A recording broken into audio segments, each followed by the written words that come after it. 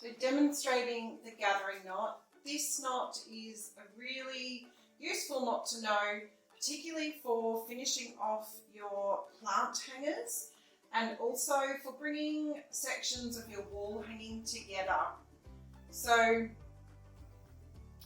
for example, at the end of your plant hanger, you will have all your cords come together, and then you're going to take a length of cord. Usually for my plant hangers, I use a length of cord about 80 centimeters long. And at one end, you're going to create a little bit of a loop like this. And you're going to lay it over the cords that you want to bring together.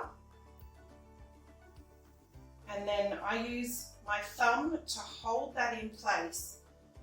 And with the long end, I start to wrap. So I bring it around once, I reposition my thumb to be on top of that first wrap, and then I'm going to continue wrapping this cord around with each wrap below the previous wrap that I did. And I kind of give it just a little bit of a tug to make sure that it's nice and firm. And you'll see why it needs to be reasonably firm at the end. So I'll keep wrapping. At the end of a plant hanger, I would probably do about 7 or 8 wraps. And then when you're happy with the length of wrapping, you're going to place the tail of your wrapping cord through this little loop at the bottom. So when you start this and you do your little loop and lay it across all the cords, you need to make sure that this little loop at the bottom is going to be protruding from the bottom of your wrapping section. So I take this tail and I poke it through this little loop at the bottom from the front. So I poke it through from the front, pull it all the way through, and then while I'm still holding onto this last wrap to make sure it stays in place, I'm going to grab this little tail at the top and pull it, and as you can see, it's going to tighten up this loop. So you keep pulling until the loop sits at the bottom there.